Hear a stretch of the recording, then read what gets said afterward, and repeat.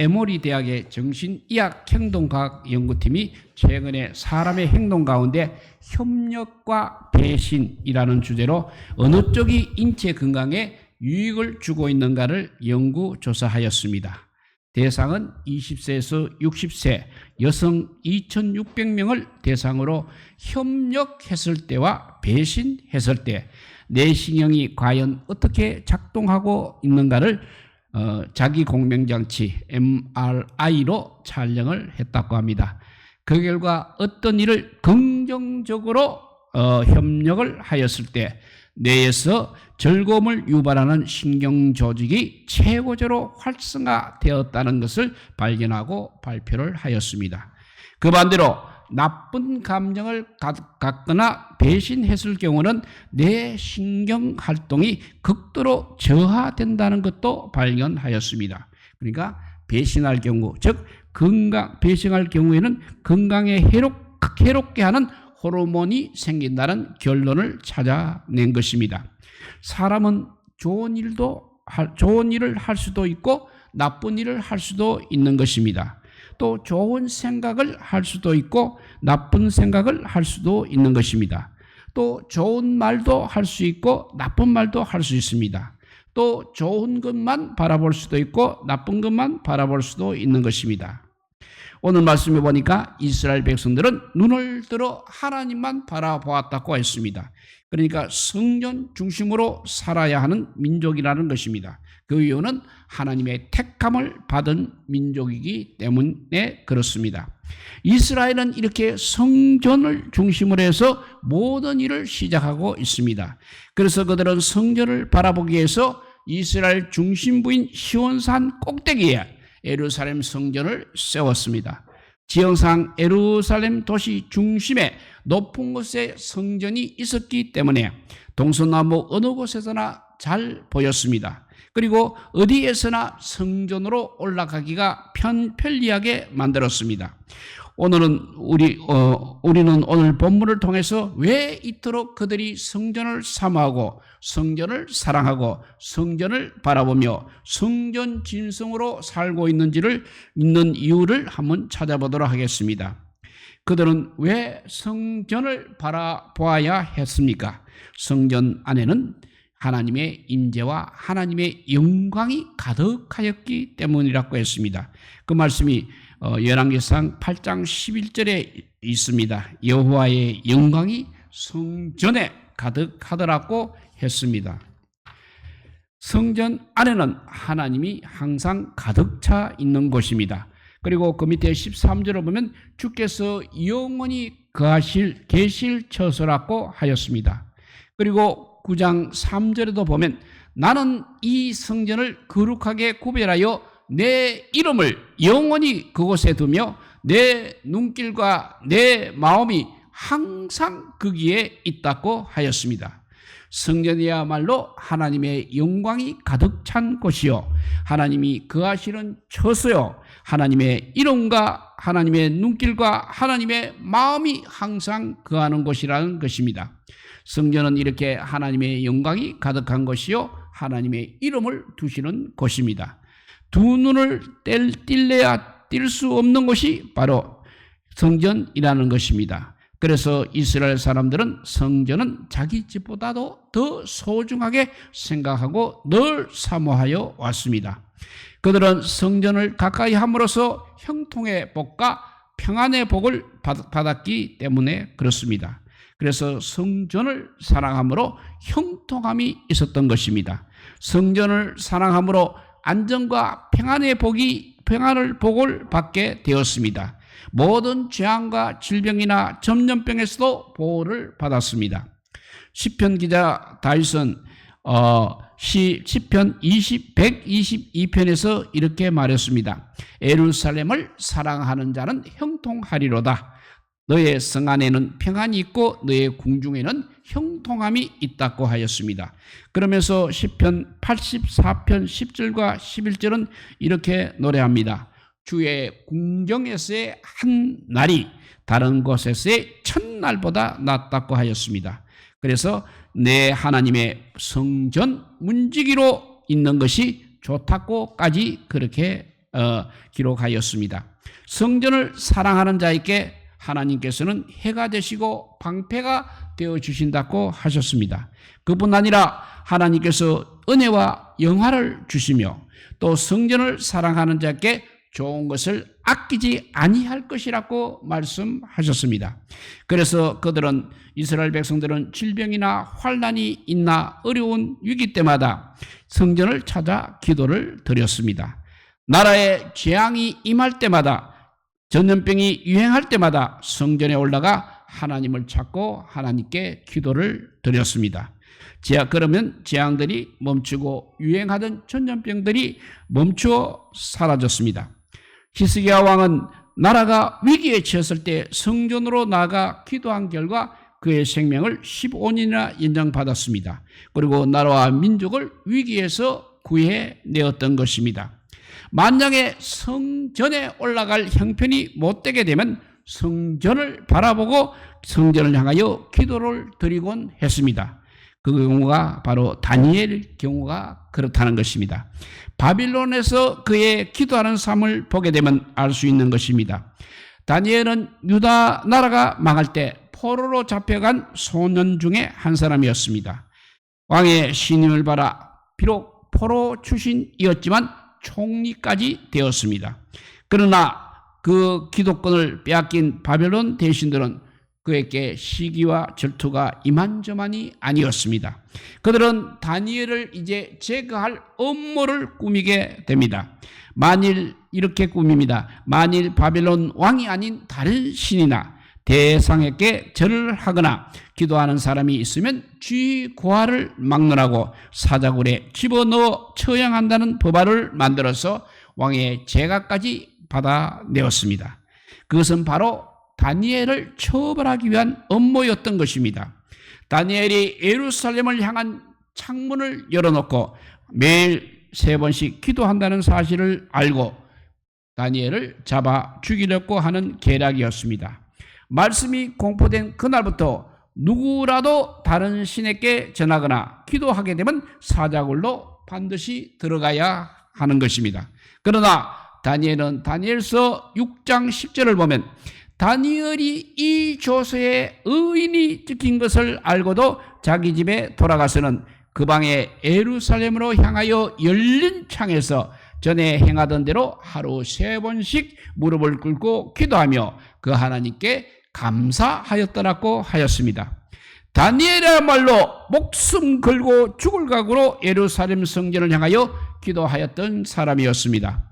성전은 이렇게 하나님이 머무시는 곳입니다. 하나님의 영광이 가득한 곳입니다. 하나님께서 그 이름을 두시는 곳입니다. 다시 말하면 하나님께서 은총을 베풀어 주시는 곳이 성전이라는 것입니다. 그래서 기적과 이적이 일어나는 것이 성전입니다. 우리 예수님도 성전을 가리켜서 내 아버지의 집이요 만민이 기도하는 집이라고 말씀하셨습니다. 그만큼 성전의 중요성을 강조하신 것입니다. 왜 성전을 바라봐야 하는 이유는 성전을 바라봐야 하는 이유는 성전 안에는 하나님의 임재와 하나님의 영광이 가득하기 때문이라고 했습니다. 두 번째, 성전을 향하여 기도할 때 들어달라고 그렇게 기도를 했습니다. 8장 22절을 보면 솔로몬이 여호와의 제단 앞에서 이스라엘의 온 회중과 마주서서 하늘을 향하여 손을 펴고 기도했다고 했습니다. 28절을 보면 내 하나님 여호와여 주의 종의 기도와 간구를 돌아보시며 이 전을 향하여 전 있는 편을 향하여 이 종이 부르짖음과 비는 기도를 들으시옵소서라고 하였습니다. 29절에도 주께서 전에 말씀하시기를 내 이름이 거기 있으리라 하신 곳 이 성전을 향하여 주의 눈이 주야로 보시오며 주의 종이 이곳을 향하여 비는 기도를 들어달라고 하였습니다. 42절도 보면 이 성전을 향하여 기도를 하거든 들어달라고 하였습니다. 44절입니다. 내가 주의 이름을 위하여 건축한 성전이 있는 쪽을 향하여 여호와께 기도하거든 들어달라고 하였습니다. 51절도 똑같은 말씀입니다. 주는 눈을 들어 종의 간구함과 주의 백성 이스라엘의 간구함을 보시고 주께 부르짖는 대로 들으시옵소서라고 하였습니다. 그들이 어떻게 기도하고 있었는가를 잘 보여주는 문구입니다. 손을 펴고 또 손을 들고 성전을 향하여 부르짖고 기도했다고 하였습니다. 그때마다 하나님께서는 그 기도를 들으시고 분명히 응답하여 주셨습니다. 왜 성전을 향하여 손을 펴고 손을 들고 성전을 향하여 부르짖고 기도하였겠습니까? 응답하여 주시기 때문인 것입니다. 시편 3절 4절이 바로 그 말씀입니다. 그 성전에서 응답하시는도다 라고 하였습니다. 성전에서 손을 들고 손을 들고 성전을 향하여 부르짖고 기도하게 되면 하나님은 반드시 응답하신다는 것입니다.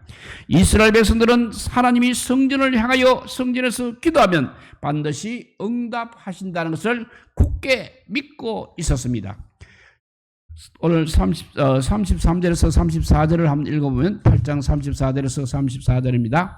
만일 주의 백성 이스라엘이 주께 범죄하여 적국 앞에서 패하게 됨으로 주께로 돌아와서 주의 이름을 인정하고 이 성전에서 주께 기도하며 간구하거든 주는 하늘에서 들으시고 주의 백성 이스라엘의 죄를 사하시고 그들의 조상에게 주신 땅으로 돌아오게 하소서라고 하였습니다.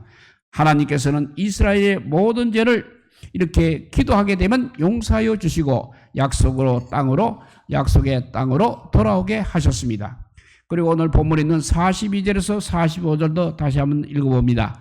그들이 주의 크신 이름과 주의 능한 손과 주의 펴신 팔의 소문을 듣고 와서 이 성전을 향하여 기도하거든 주는 계신 곳 하늘에서 들으시고 주의 백성이 그들의 적국과 더불어 싸우고자 하여 주께서 보내신 길로 나갈 때 그들이 주께서 택하신 성읍과 내가 주의 이름을 위하여 건축한 성전이 있는 쪽을 향하여 여호와께 기도하거든 주는 하늘에서 그들의 기도와 간구를 들으시고 그들의 일을 돌아보아 주셨습니다. 돌아보셨다라고 하였습니다. 그리고 이어서 49절에 보면 주의 이름을 위하여 건축한 성전 있는 쪽을 향하여 주께 기도하거든 주는 계신 곳 하늘에서 그들의 기도와 간구를 들으시고 그들의 일을 돌아보셨다고 하였습니다. 성전에서 이렇게 기도하게 되면 하나님께서 반드시 돌봐 주신다는 말씀이 되겠습니다. 다윗이나 솔로몬이나 히스기야의 신앙은 바로 성전에 나와서 기도했다는 것입니다. 그들이 성전을 향하여 기도하게 되면 하나님께서 들으시고 돌봐 주셨습니다. 그 이유는 위에서 말씀드린 대로 성전이 바로 우리 하나님께서 머무시는 곳이요 하나님께서 자기 이름을 두시는 곳이요 영광이 충만한 곳이요 하나님의 임재가 가득한 곳이기 때문에 그렇습니다.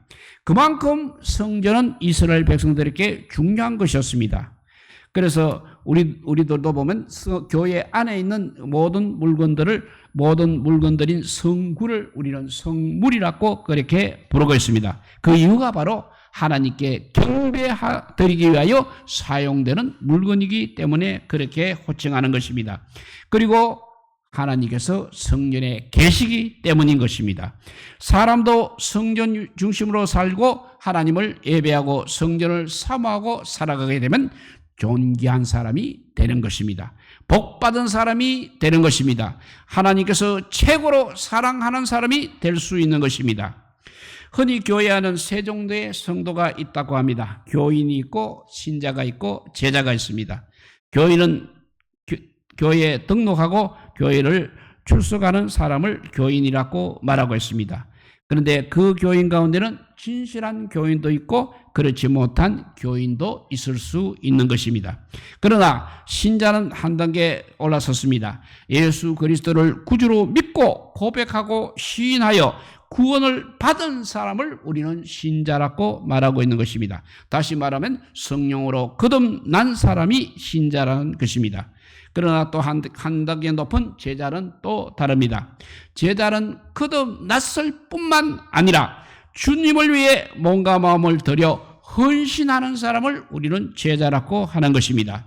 주님을 위해 물질과 시간과 재능을 바치고 자신을 주님의 것으로 드리는 사람들이 바로 제자라고 부르는 것입니다.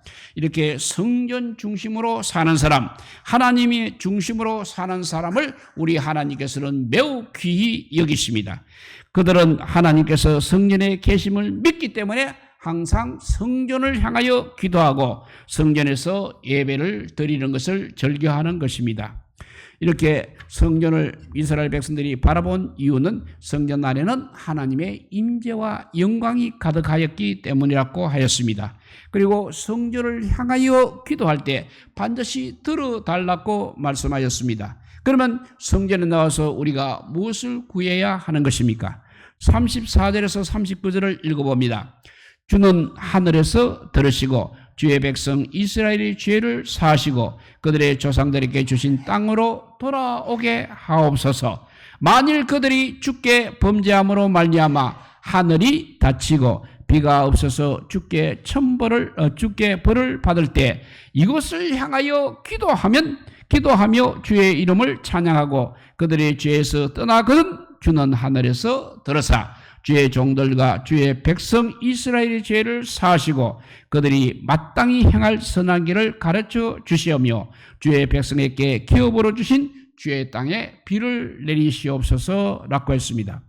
그리고 또 이어서 만일 이 땅에 기근이나 전염병이나 곡식이 시들거나 깐부기가 나거든 메뚜기나 황충이 나거나 적국이 와서 성읍을 에워싸거나 무슨 재앙이나 무슨 질병이 있든지 막론하고 한 사람이나 혹 주의 온 백성 이스라엘이 다 각각 주의 마음의 재앙을 깨닫고 이 성전을 향하여 손을 펴고 무슨 기도나 무슨 간구를 하거든 주는 계신 곳 하늘에서 들으시고 사하시며 각 사람의 마음을 아시오니 그들의 모든 행위대로 행하사 갚으시옵소서. 주만 홀로 사람의 마음을 다 아심이니이다 라고 했습니다. 이렇게 백성들의 죄를 사해달라고 기도했다는 것입니다. 닫힌 문을 열어달라고 우리는 기도해야 한다는 것입니다. 땅에 기근이나 전염병이 유행하거나 재앙이나 질병이 유행할 때 보호하여 달라고 기도했다는 것입니다. 그리고 전쟁이 일어났을 때, 전쟁에 포로로 끌려갔을 때 성전을 향하여 기도하게 되면 이기게 해주시고 반드시 돌아오게 해주신다는 것입니다. 더 중요한 것은 43절에 보면 주는 계신 곳 하늘에서 들으시고 이방인이 주께 부르짖는 대로 이루사 땅의 만민이 주의 이름을 알고 주의 백성 이스라엘처럼 경외하게 해달라고 기도를 하였습니다. 땅의 만민이 주의 이름을 안다고 했고 준 하나님을 경외하게 해달라고 하였습니다. 성전에 나와 기도하게 되면 천재지변에서도 재앙에서도 전쟁에서도 고통에서도 질병에서도 전염병에서도 건져주시고 해결해 주신다는 것이었습니다. 천재지변이나 재앙이나 실패나 고통은 어느 시대나 누구에게나 찾아올 수 있는 것입니다. 그런 것들을 우리가 어떻게 대처하느냐에 따라서 결과는 달라진다는 것입니다. 요즘 만성피로 증후군에 시달린 사람이 많아졌다고 합니다. 현대인 중 4명 중 1명은 이렇게 몸이 늘어지고 기운이 없고 의욕이 없고 자도 피로가 풀리지 않는 이른바 피로 증후군으로 고생하고 있다는 것이 전문가들의 견해입니다. 그러나 그보다 더 무서운 것은 바로 영적 피로 증후군이겠습니다. 교회에 나올 마음이 없어진다든지 말씀을 듣고 찬송을 보고 기도를 드려도 전혀 감동이 없다든지 이무적으로 나와 앉았다 돌아갈 뿐 답답하고 맥이 뛰지 않는다든지 맡은 일을 하기는 하는데 억지로 할 뿐 기쁨이 없다든지 이런 현상이 바로 영혼 피로 증후군에 걸린 모습입니다.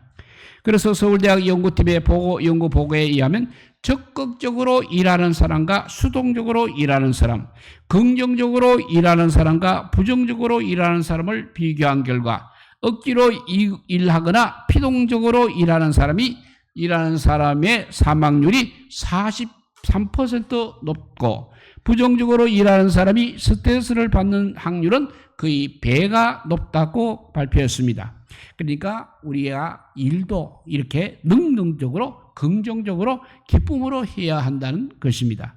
교회에 나오는 것도, 교회를 섬기는 것도, 맡은 일을 감당하는 것도, 그리고 기도하고 찬송하는 것도, 말씀을 듣고 실천하는 것도 억지로 하면 효과가 나타나지 않는다는 것입니다. 그것이 바로 자신의 영혼을 피로 정훈군에게 내주는 것이 되는 것입니다. 항상 우리는 기쁨으로 기도하고, 기쁨으로 찬송하고, 기쁨으로 봉사하고, 기쁨으로 충성을 다하시기 바랍니다. 오늘 본문 54절이 결론에 해당됩니다. 54절을 읽어보면 솔로몬이 무릎을 꿇고 손을 펴서 하늘을 향하여 이 기도와 간구로 여호와께 아뢰기를 마치고 여호와의 단 앞에서 일어나니라고 했습니다. 솔로몬은 그야말로 지혜로운 왕입니다. 솔로몬은 하나님을 향해 무릎을 꿇고 손을 들고 경배하고 찬양하고 기도를 하였습니다. 우리들도 마음껏 손을 들고 예배하고 기도하고 찬양하는 성도들이 되어서 하나님의 영광을 반드시 체험하시기 바랍니다. 이런 점들이 바로 솔로몬의 성공 비결이요 복받는 비결이었던 것입니다. 또 지혜와 부와 영광을 누리는 비결이었습니다. 우리도 예가 아닌 것입니다. 성전에 나와서 왕이신 하나님을 향해 무릎을 꿇고 겸손하게 손들고 찬양하고 기도해야 하는 것입니다. 성전에서 하나님을 향하여 두 손을 덮고 기도를 드리시기 바랍니다. 나의 왕이신 하나님을 경배하고 경배하시기 바랍니다. 그래서 왕이신 나의 하나님, 내가 주를 높이고 영원히 주님을 송축하리다라고 찬양하는 우리 모두가 되시기를 주님의 이름으로 축복드립니다. 기도하겠습니다. 사랑의 하나님, 감사합니다. 일주일 동안 분주복잡한 생활 가운데서도 그래도 아버지 이 금요 저녁에 아버지 한 주일을 아버지 잘 마친 은혜에 감사하려고 아버지 이 자리에 올라온 우리 성도들 위해 기도하는 백성이 되어서 솔로몬처럼 다니엘처럼 기도에 응답이 있는 우리 모두가 되게 하여 주시옵소서. 이제는 아버지 주님을 향해서 기도하는 것이 생활화 되게 하여 주시옵소서. 다른 어떤 것보다도 아버지 하나님께 경배드리기를 즐겨하는 저희들 되게 하여 주시고, 기쁨으로 주님 앞에 예배 드릴 때마다 하늘에서 하나님의 그 크신 은혜가 임하게 하여 주시옵소서. 이 어려운 세상입니다. 사탄이 온 세상을 잡아서 흔들고 있는 이때에 그들의 아버지 노예가 되지 않으려면 우리는 반드시 하나님의 포도나무 가지가 되어야 하겠습니다. 그래도 이 어려운 시대에 우리가 열매를 맺는 포도송이가 주렁주렁 열리는 믿음의 사람들이 다 되게 하여 주시기를 간절히 빌고 원하올 때 우리 구주 예수 그리스도 이름으로 기도드리옵나이다. 아멘. 예, 찬송가 429